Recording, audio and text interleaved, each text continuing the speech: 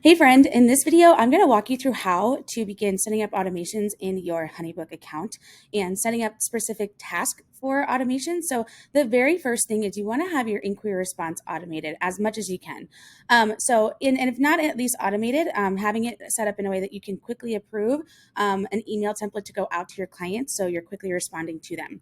So the very first step within automation is your contact form. And so if we come in here, I've built this contact form in Honeybook. And what I'm going to show you is this contact form is built out. There are different boxes in here that you can move around, but you can also add different fields. So if you click on this plus sign, you can add different fields like 2 fields, short text, long text as a paragraph, a single choice or a multiple choice. So single choice would be this, multiple choice would have boxes, and then different fields in here that you can attach to your project. So like desired start date, your email, your name, your lead capture, all of those things. So from there, once you have this in place, what you want to do is you want to come into settings and you want to assign this to a project type. Now, this is important because assigning things to a project type allows you to assign it to a workflow, and that workflow will be triggered. So, and this will all come together once I show you how to do it in the actual workflow. But you want to first set up a project type. So most of my clients are system setup clients. So majority of my projects get tagged as a system setup. But you want to come in, you want to assign a project type and pick from your list. Now, if you want to change these around, you can always change them in your company settings. And I dive deeper into this in my mini courses too. You can always change those around on the back end too. And then I always just send them to a default thank you message when they uh, inquire with me. So when you're ready to publish this, you click on publish. Now you have this code. So you go copy code. And then what you want to do is if I click on this and I go to embed info, now I'm using show it. And so if you did like a Squarespace or a Wix or something else, you'd have to find where to embed a code into that specific website platform.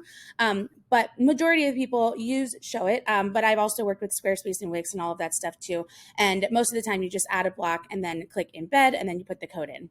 So you'll see I can just put the code right here. So I paste this code in here, I hit save, and then all I have to do is format this a little bit. So this was not formatted this way when I first put it in, but you just format it so you can stretch the form a little bit and you can bring the canvases down so it all fits on the page nicely. So now this is connected to my Honeybook account. So once I get this in there, the next thing I want to do is I want to make sure I have an email template in place to trigger to them. So if I come to emails, I have this new inquiry response email right here that I've typed up. So this is just an inquiry response for my business. Now, there is a file attached to it. So you could have a questionnaire, you could have a pricing guide, you could have a brochure, something like that attached to it. But I don't have, I have a pricing guide on mine. So you could attach it right here, but I would prefer to make my form in Honeybook and then attach it in there. So, and again, I walk through a lot more detail on this in my templates course, but essentially you have your email inquiry response. And sometimes what people do is they just have a quick inquiry response that says, hey, your inquiry has safely landed into my inbox, and be expecting to hear back from me or my team in the next 24 to 48 hours. So once they get that email, that at least lands safely in their inbox, and they know like, okay, she's going to respond back to me within a certain amount of time, right? So if you can just want to do that, that's totally fine. You don't have to do an elaborate inquiry response, but make sure that like you follow up within, 24 to 48 hours, as you say. So once you have an email template in place, the next thing you want to do is you want to go over to tools and you want to click on automations.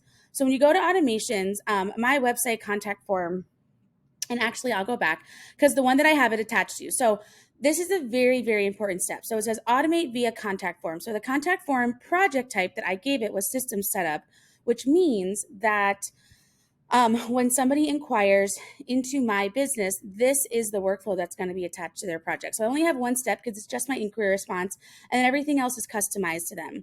But when I click on Honeybook Pro Contact, I'm going to send a smart file. So that'll be like a pricing guide of mine in here.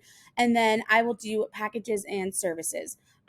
So that's the one that the smart file I'm sending. So on this side, you can see you do the automation settings. So this one would be, this is a brochure, and it would be the brochure title that I would be sending, and then the email that I'm going to send with it. So if I just wanted to send an email, like I talk about in the blog, I would click send email, and then I would pick from my inquiry response template. So because we already took the time to make it, it would be master inquiry response new, or new inquiry response March of 2022. So That's the one it would be. And then I would choose my settings. So when 0 days after automation is activated is what I would want. Now, this is previous step is complete because I have a step before this. But if I didn't have a step before it, then I would have after automation is activated. And again, the active point is the contact form. So then I would choose how many days. So I can, if I were to put this up here like this, it would be like 0 days after automation is activated, send this email out. So if you wanted to approve this, you would just toggle this button right here to require approval before sending. But for this, if we want to automate it, like, automating our task in Honeybook, what you'll do is you would have this at 0 days after automation is activated, send this out. So we will immediately send to your client once an inquiry comes in. And then what I always recommend is testing your automations out. So what I do is I will just complete my contact form as a test project and then ensure that my email does go through first before I make it officially live. But that's how you would first automate your inquiry response in Honeybook. And like I said, I dive deeper into this in my mini courses, which are linked below in the blog. And then if you're kind of like, I don't have the time to set all of these things up, Dahlia, but I need somebody to come in and do it, feel free to contact me. My team and I love setting up Honeybook for people, especially getting automations in place. So we would love to chat with you about that and what that could look like.